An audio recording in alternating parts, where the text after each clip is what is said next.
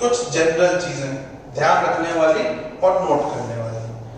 पहली, if theta is equal to 0 degree, what does it mean? Theta 0 होने का मतलब ये इधर आ जाएगा ना भाई, इन दोनों के बीच का एंगल है, अगर 0 हो गया तो क्या हो गया? पैरेलल टू एक्स डायरेक्शन, यानी कि तो इसमें ये कहा जा सकता है कि f पूरा का पूरा fx के बराबर हो जाएगा, fy एग्जिस्ट ही नहीं करेगा, यानी fy 0 हो जाएगा। ओके, क्या ये बात समझ में आ रही है? अगर थीटा 0 हो गया, ऐसा क्यों बोल रहे हैं? यहां रखो, देखो साइन 0 क्या होता है? 0, तो ये खत्म हो जाएगा, और cos 0 क्या होता है? 1, तो fx is equal to f हो गया। ओके, इसी तरीके से if theta is equal to 90 degrees, then क्या होगा? साइन 90 1 होता है। अब आप इसको ऐसे भी समझो कि ऑब्जेक्ट पे फोर्स ऐसे लग रही, वर्टिकली किसी चीज पे सीधा फोर्स लगेगी तो वो हॉरिजॉन्टली क्यों जाएगा? तो F is equal to Fy हो जाएगा, isn't it? F is equal to Fy, और cos 90 0 होता है, इसलिए Fx इज इक्वल टू 0। आई बात समझ में? तो देखो क्लास 10th तक के लेवल में हम लोग को 0 और 90 ही सिखाया जाता है, बट आप आगे कुछ ऐसे एग्जांपल्स पढ़ोगे जिसमें हम लोग 180 डिग्रीज का यूज करेंगे। देखें, ये मान लीजिए, ध्यान से समझिएगा, ये ब्लू मार्कर y एक्सिस है, ये रेड मार्कर x एक्सिस है, और ये ब्लैक मार्कर है जो फोर्स रिप्रेजेंट कर रहा है। अभी ये क्या एंगल शो कर रहा है? 0 डिग्री, 0 से बढ़ता गया, अभी क्या एंगल हो गया? 90। रेड मार्कर से कितना है? 90। इधर बढ़ता गया, अब रेड मार्कर से क्या एंगल हो गया? 180। तो कई ऐसी चीजें होती है जिसमें फोर्स इक्वल एंड अपोजिट हो जाती है। 180 का मतलब इक्वल एंड अपोजिट। उस केस में क्या होता है? If theta is equal to 180 degree, इसको आप याद कर लेना अभी के लिए, बाकी तो ट्रिग्नोमेट्री में से सीखा जाता है। देन fx cos थीटा से गवर्न हो रहा है, cos 180 इज -1, ये f cos 180 होगा, और cos 180 की वैल्यू -1 होती है, इसलिए ये -f बचेगा। ओके, और f sin 180 ये 0 होता है, इसलिए इसका आंसर 0 बचेगा। समझ में आया? तो ये 3 स्टैंडर्ड एंगल्स हैं जिन पर डिस्कशन फिजिक्स में होता है, और अगर आपको ये पता रहेगा तो you will be able to solve it easily, ये आगे तक काम आएगा। ओके, तो this was all about components of force. तो अभी तक आप एक चीज को नोट कर लो, कंपोनेंट्स ऑफ फोर्स कितने होते हैं? 2। कौन कौन से? Horizontal and vertical. Horizontal component में क्या होता है? F cos theta. Vertical component में क्या होता है? F sin theta. क्लियर? ये तब है जब हम ये एग्जांपल लेके चल रहे हैं, मतलब जब फोर्स हॉरिजॉन्टल से थीटा एंगल बना रहा है। ओके, आप इस चीज को अच्छे से नोट कर लेंगे, बना लेंगे इसका नोट्स, ठीक है? तो जब लिखोगे तो ऑटोमेटिकली एक बार और क्लियर हो जाएगा। क्या ये नया था आपके लिए? कुछ लोग के लिए नया जरूर होगा, और उनको थोड़ा सा हो सकता है डिस्कंफर्ट लगेगा कि ये क्यों पढ़ रहे हैं हम लोग। तो कुछ टाइम लीजिए, आपको वो चीज क्लियर हो जाएगी हम लोग क्यों पढ़ रहे हैं। यहां तक क्लियर हो गई बात? तो ओके, चलिए आगे बढ़ते हैं।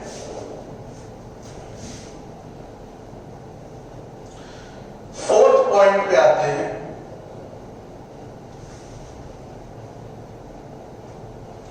ये बहुत ही इंपॉर्टेंट है to understand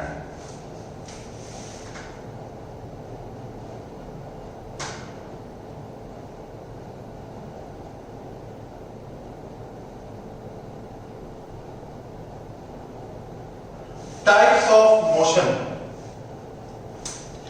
types of motion कितने होते हैं? कितने तरह के मोशन आप जानते हैं? तो देखिए, सबसे पहला मोशन होता है वन डायमेंशनल मोशन। जिसको हम लोग रेक्टिलिनियर या सिर्फ लीनियर मोशन कहते हैं, जो आप लोगों ने क्लास 9th में पढ़ा है। ठीक है, एक डायरेक्शन में चीज बढ़ती जाती है, कोई प्रॉब्लम। दूसरा, 2 डायमेंशनल मोशन। 2 डायमेंशनल मोशन क्या होगा? Circular motion. देखिए, सर्कुलर मोशन के लिए ऑब्जेक्ट को इधर भी जाना पड़ेगा, उठना भी पड़ेगा, फिर वापस उधर, तो ये पूरे प्लेन में हो रहा है। इसी तरह से प्रोजेक्टाइल मोशन,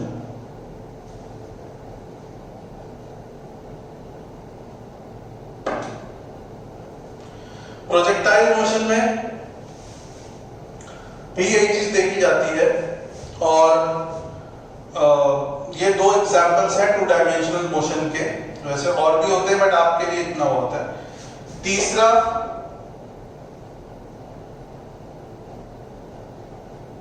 ऑसिलेटरी मोशन या SHM कहा जाता है, सिंपल हार्मोनिक मोशन।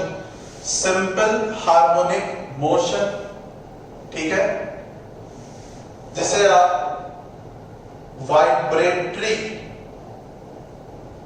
मोशन भी कहते हो। और चौथा,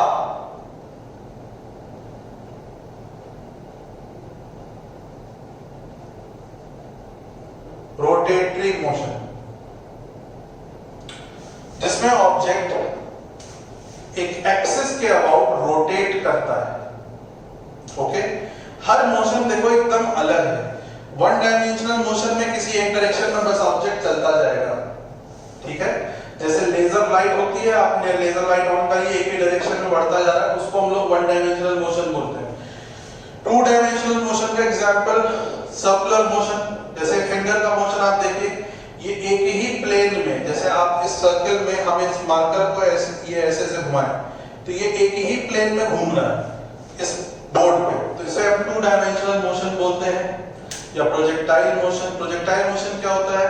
प्रोजेक्टाइल मोशन जैसे कोई चीज, कोई बॉल थ्रो की जाए या फुटबॉल किक हो, जैसे इस तरह का शेप आता है, तो वो भी बोर्ड पे ही कवर हो रहा है, इसमें एक्स और वाई दोनों कवर होते हैं, इसलिए इसे भी हम लोग 2 डायमेंशनल मोशन बोलते हैं। SHM vibratory, to and fro तो सुना ही हुआ ना, ऑसिलेटरी मोशन, कोई भी चीज का अपनी जगह पर मीन पोजीशन के अबाउट आगे या पीछे होना, उसे वाइब्रेटरी मोशन कहते हैं। और चौथा है रोटेटरी मोशन, जिसमें कोई भी चीज के अराउंड, जैसे मान लीजिए ये फिक्स्ड एक्सिस हो गया और इसके अराउंड कोई चीज घूमे, पूरा चक्कर लगा, तो उसको हम लोग रोटेटरी मोशन बोलते हैं।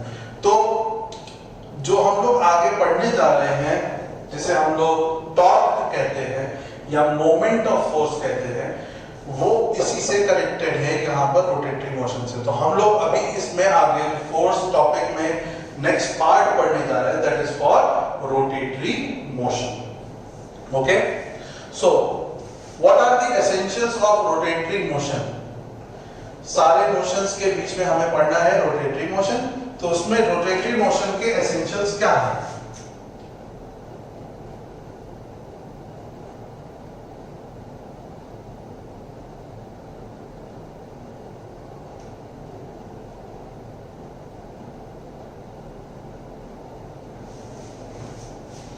रोटेशन कब पॉसिबल है? तो कुछ पॉइंट्स हैं। पहला, एक होता है रिजिड बॉडी। अभी इसको एक्सप्लेन करते हैं क्या है। आपको ये समझना है रिजिड बॉडी। दूसरा, line of action of force। Line of action of force का मतलब वो लाइन जिसके अबाउट एक फोर्स अप्लाई हो रही है, वो डायरेक्शन। अभी ये सारी चीजें क्लियर करेंगे, बस पहले आपको ये बता दो कि एसेंशियल्स क्या है, जानना क्या क्या चाहिए। Rigid body, line of action of force, और तीसरा है axis of rotation।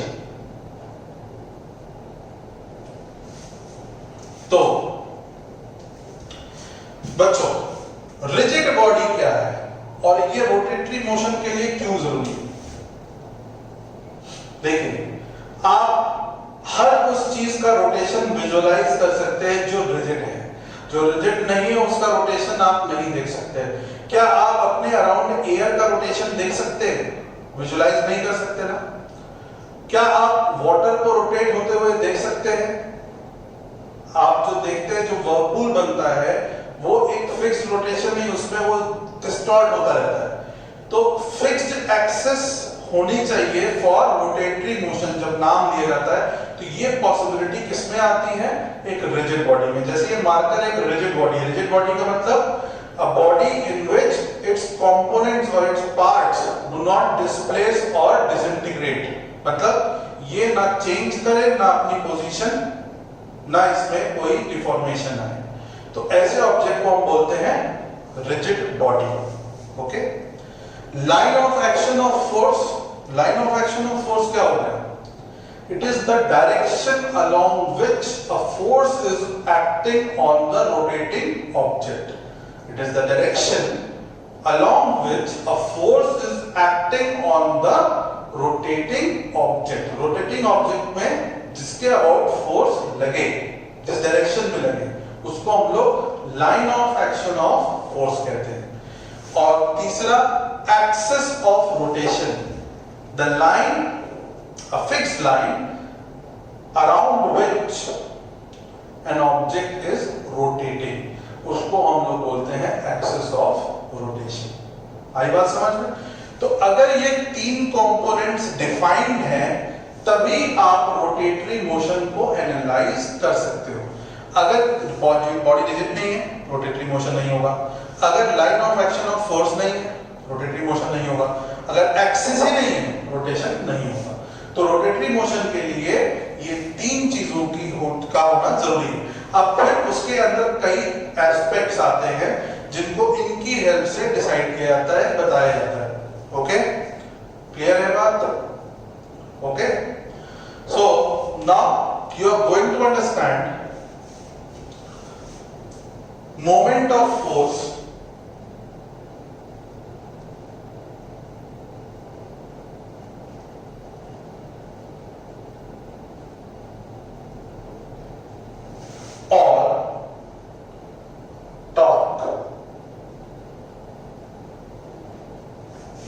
Moment of force और टॉर्क।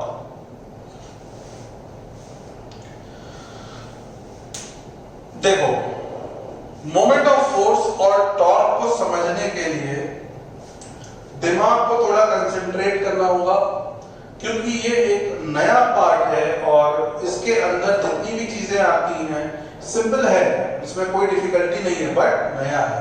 तो कोई भी नई चीज सीखने के लिए आपका टेंशन लेवल थोड़ा स्ट्रॉन्ग होना चाहिए। तो देखिए, मोमेंट ऑफ फोर्स या टॉर्क को फाइंड आउट करने के लिए यू नीड दीज कंपोनेंट्स, जो मैंने पहले ऊपर बताया है। ये पॉइंट्स आपको चाहिए, तभी आप इसको डिफाइन कर सकते हो। तो मोमेंट ऑफ फोर्स या टॉर्क को पहले समझो। मैं एक ही वर्ड यूज करूंगा, चाहे मोमेंट ऑफ फोर्स चाहे टॉर्क, दोनों एक ही मीनिंग रखते हैं। ये बस एक स्टेटमेंट हो जाता है और ये एक वर्ड है। तो हम टॉर्क बोल रहे हैं। Torque acting on a rigid body. Okay, torque acting on a rigid body is obtained by the force acting along the line of action of force and perpendicular distance between line of action of force and axis of rotation। Sir ji कुछ समझ नहीं आया। बिल्कुल इसीलिए कहा था कि ध्यान से सुनिएगा। मैंने आपको यहां पर तीन वर्ड्स बोले हैं। रिजिड बॉडी, तीन चीजें हैं, rigid body, line of action of force और एक्सिस ऑफ रोटेशन। चलो एक चीज देखो पहले। देखिए, suppose this is a plane surface.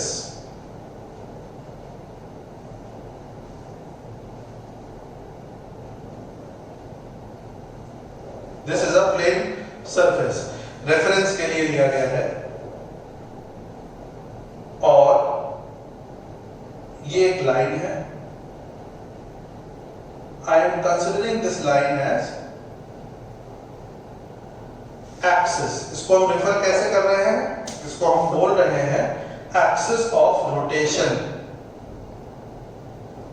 Okay, clear, axis of rotation.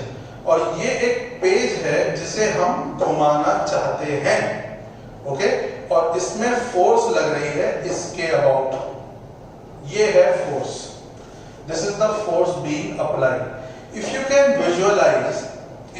Visualise, this is the line of action of force.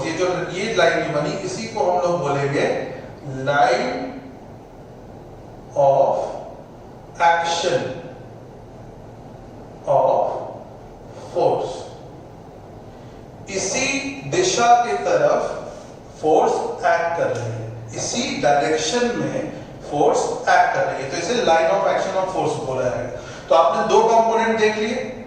अब ये जो शीट है इसे हम रिजिड बॉडी बोल रहे हैं। इसे क्या बोल रहे हैं, रिजिड बॉडी। क्या आपको ये तीनों वर्ड्स क्लियर दिख रहे हैं इसमें? Now let us understand what is torque. आपको मैंने बताया टॉर्क बताने के लिए जो रिजिड बॉडी पे एक्ट कर रहा है, देखो टॉर्क क्या है, मोमेंट ऑफ फोर्स क्या है, टर्निंग इफेक्ट। ये समझ लो, ये किसको रिप्रेजेंट करता है, टर्निंग इफेक्ट। मतलब कोई चीज टर्न या रोटेट करेगी या नहीं, ये डिसीजन कौन लेता है, टॉर्क। तो रोटेशन को समझने के लिए ये तीन चीजों की जरूरत होती है, और उससे हम सबसे पहले क्या सीखते हैं, टॉर्क। अगर टॉर्क परमिशन देता है, टॉर्क से हमें जो वैल्यू मिलती है उससे हम ये डिसाइड करते हैं फिर कि रोटेशन होगा या नहीं। तो ध्यान दीजिएगा, अब इसमें मोमेंट ऑफ फोर्स को मैं समझाने की कोशिश कर रहा हूं। पहले इसकी डेफिनेशन सुनिए। Torque acting on a rigid body is equal to the force applied along the line of action of force multiplied by perpendicular distance between line of action of force and axis of rotation। आपने सही सुना, torque एक formula है जिसमें दो चीजों की जरूरत पड़ती है। एक वो फोर्स जिसका यूज करके इसको घुमाया जा रहा है, दूसरा perpendicular distance between axis of rotation and line of action of force. अब आप ध्यान दीजिएगा कि इस पर्टिकुलर चीज में ये जो डिस्टेंस है जो मैं आपको इंडिकेट कर रहा हूं,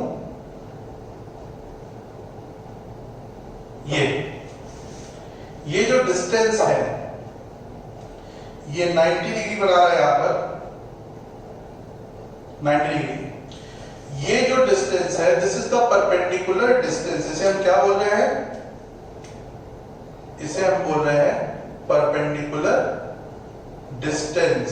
किसके बीच में, एक्सिस ऑफ रोटेशन और line of action of force के बीच का परपेंडिकुलर डिस्टेंस। तो मोमेंट ऑफ फोर्स और torque is equal to force into, ये जो फोर्स F थी वही मैंने लिख दिया, इनटू परपेंडिकुलर डिस्टेंस। स्टेटमेंट में मैं बोल चुका हूं ये परपेंडिकुलर डिस्टेंस किसके बीच में है, between axis of rotation and line of action of force. So this is the formula. अब अगर इस डिस्टेंस को हम नाम दे देते हैं r, तो ये फॉर्मूला बन जाता है, मैं यहां लिख रहा हूं के लिए सिंबल दिया गया है टाउ। ये टी जैसा दिखता है लेकिन है नहीं, उल्टा जे कह सकते हो, टाउ, टॉर्क। ये लिखा जाता है F इंटू आर, उस एब्रिविएशन से F इंटू आर। क्या ये बात समझ में आई? तो एक बार दिमाग में बैठने दो पहले कि मैंने बताया क्या। इसको समझने के लिए आपको मैं एक एग्जांपल बताता हूं तो आपको ये क्लियर होगा। जैसे ये शीट है, ये रिजिड बॉडी है, इसे हम लोग रिजिड कहेंगे, और ये आप देख सकते हो ये जो ब्लैक मार्कर है ये यहाँ पर एक एक्सिस का रोल प्ले कर रहा है, ठीक है, एक्सिस का रोल। अब अगर मैंने इसमें इधर से फोर्स लगाई, ये फिंगर का डायरेक्शन समझने की कोशिश करिए, हमने इस पे फोर्स लगाई तो ये ऐसे घूमेगा ना, रोटेशन होगा। क्यों हो पा रहा है? क्योंकि ये जो ब्लैक एक्सिस है और जो line of action of force हम दे रहे हैं उसके बीच में एक परपेंडिकुलर डिस्टेंस है, ओके। तो जो फोर्स मैं लगा रहा हूं वो F है, इनके बीच की जो परपेंडिकुलर डिस्टेंस होगी वो ये होगी, इनको मल्टीप्लाई कर तो टर्निंग इफेक्ट आ जाएगी कि कितने इंपैक्ट से ये टर्न करेगा। आई बात समझ? क्लियर? तो बहुत सिंपल सी चीज है, that you must be aware about these points, और कैसे इनको यूज करके हम टॉर्क को डिफाइन करते हैं, जिसमें फॉर्मूला बनता है torque is equal to F into r. अब देखो इतना सीखने के बाद दो तीन चीजें आती हैं।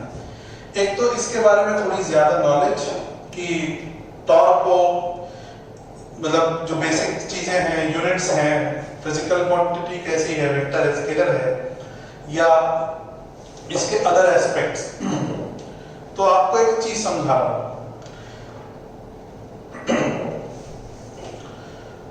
आपने जो डोर, कोई भी डोर अगर देखा हो, आपने घर पे किसी भी आप डोर पे चले जाइए, स्लाइडिंग डोर पे मत जाइए। आप अभी उठिए और ये अगर फोन पे आप हैं तो आप इसको लेते हुए साथ में जाइए, तभी आपको ये बात समझ में आएगी। आप जरा ये देखिए, जो डोर बना होता है उसमें एक साइड एकदम हिंज्ड होती है, मतलब वो वॉल की तरफ होता है, और एक साइड जो होती है उसमें डोर नॉब होता है या हैंडल होती है, जिसको आप पकड़ करके डोर ओपन करते हैं। Isn't it? देखिए, समझने की कोशिश करिएगा।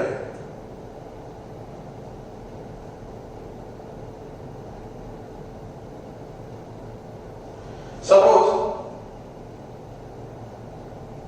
ये डोर था, इसको खोलने के लिए हैंडल आप यहां पर ऐसे होता है, इसको खींचते हो तब ये डोर खुलना शुरू होता है। मेरे दो सवाल है, इसमें रोटेशन हो रहा है कि नहीं? आप देखो, पहले ये चीज ऐसे घूम रहा है, ये डोर जो है ऊपर पूरा ऐसे घूम रहा है।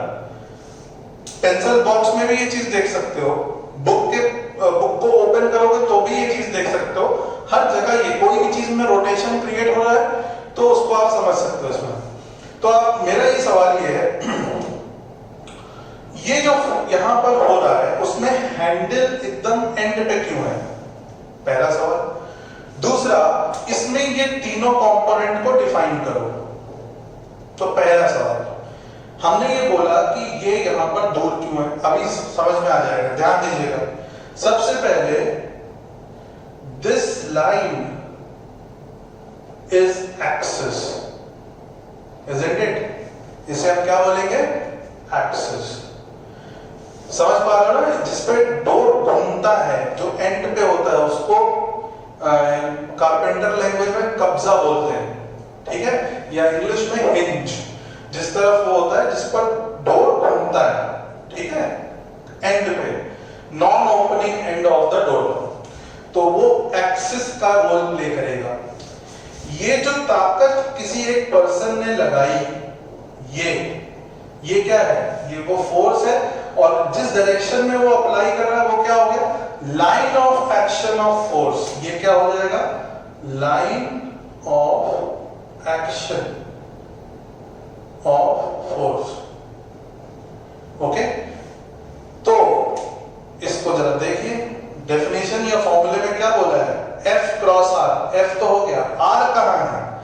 आर इसके और इसके बीच का ये दूरी है, ये जिसको आप विड्थ ऑफ द डोर कह सकते हो, वो आर होता है। तो अब आप एक चीज ध्यान दो, अगर ये आर, अगर हैंडल थोड़ा उधर हो तो आर कम हो जाएगा ना। इस प्रोडक्ट में अगर आर कम हो जाए तो प्रोडक्ट की वैल्यू कम हो जाएगी, यानी टॉर्क कम हो जाएगा। और टॉर्क जितना कम होगा, टर्निंग के लिए उतना ही ज्यादा एफर्ट बढ़ाना पड़ेगा। इसका मतलब कि टॉर्क को बढ़ाने के दो तरीके हैं, या तो फोर्स को बढ़ाओ या तो आर को बढ़ाओ। अब आप जो ताकत लगा रहे हो, आप चाहते हो कि आपकी ताकत ज्यादा खर्च ना हो। हर कोई तो यही चाहता है ना कि इजीली खुल जाए। इजीली खुलने का मतलब क्या है? इजीली डोर खोलने का मतलब क्या है? कि हमारा अप्लाइड फोर्स कम हो। अब कोई चीज अगर खुलनी है, कोई डोर खुलना है, तो उसको जितना टॉर्क चाहिए उतना तो चाहिए ना। क्या आप उम्मीद कर सकते हैं कोई एंट ये डोर खोल सके? नहीं। क्यों? हैंडल तो वही है, लेकिन उसके पास उतनी ताकत नहीं है। तो there is minimum amount of force required. Okay, और यहां पर आर फिक्स है, तो इसके प्रोडक्ट से क्लियर हो जाता है कि what is the minimum amount of torque required. अब कोई ज्यादा ताकत लगाता है तो डोर जल्दी खुलता है, उसमें स्पीड ज्यादा होती है। कोई कम ताकत लगाता है तो धीरे खुलता है, तो या नहीं खुलता है। तो एक चीज समझने की कोशिश करिएगा, अगर हैंडल को हम उधर लेके गए, आर कम होता जाएगा। आर कम होता जाएगा, इसका मतलब टॉर्क कम होता जाएगा, यानी डोर को ओपन करने में दिक्कत होगी। इसीलिए कोई भी ऐसा विंडो, डोर, रेफ्रिजरेटर में हैंडल कहीं पर, वो हमेशा डोर के एंड पे दिया जाता है ताकि आपको एफर्ट कम लगे। क्लियर? अभी मैं बोलूं कि ये हैंडल एकदम यहाँ पे कॉर्नर पे लगा दें तो क्या आप डोर इजीली खोल पाएंगे? हो सकता है ना भी खोल पाए, क्योंकि उसमें टॉर्क क्रिएट ही नहीं हो सकता। आई बात समझ में? या ये कह दो कि हैंडल को मैं यहां लगा दूं, यहां से निकाल करके हैंडल को कहां लगा दूं? एक्सिस पे, यहां पे हैंडल लगा दूं। तो अब बताओ आर क्या हो गया? आर हो गया 0। तो आर 0 का मतलब एफ चाहे जितना लगा लो, टॉर्क की value F into 0 that is 0, यानी कोई टर्निंग इफेक्ट नहीं होगा। मेरी बात समझ में आई? क्लियर है? तो आ जाते हैं इसकी यूनिट पे। टॉर्क की यूनिट समझने के लिए आपको फोर्स की यूनिट का यूज करना पड़ेगा। फोर्स की यूनिट क्या होती है? न्यूटन। और आर डिस्टेंस है, यानी मीटर। तो ये क्या हो गया?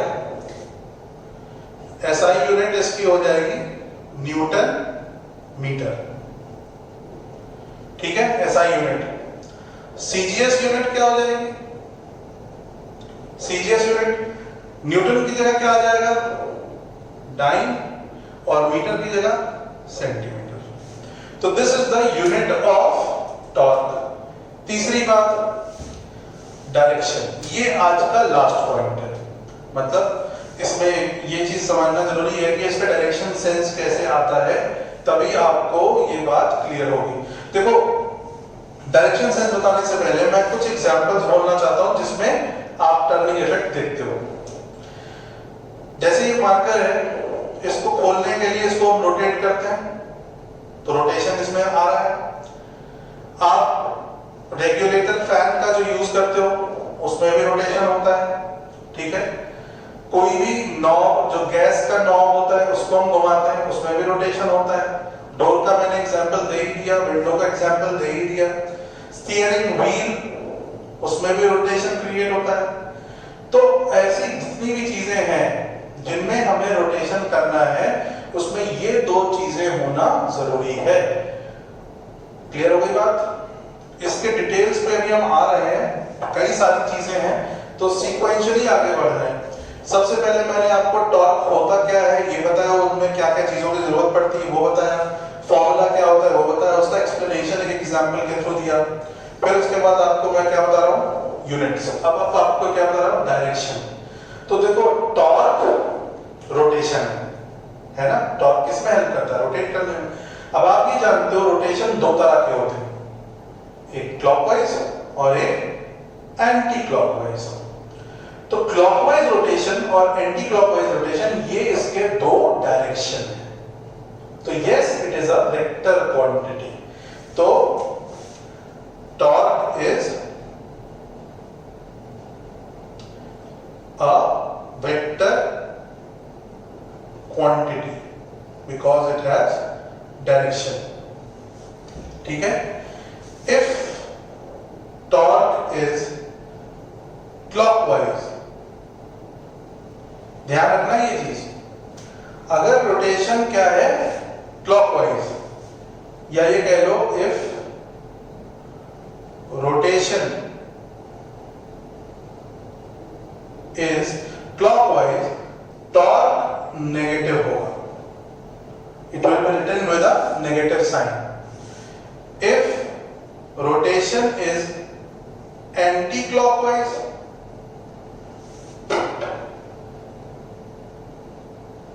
then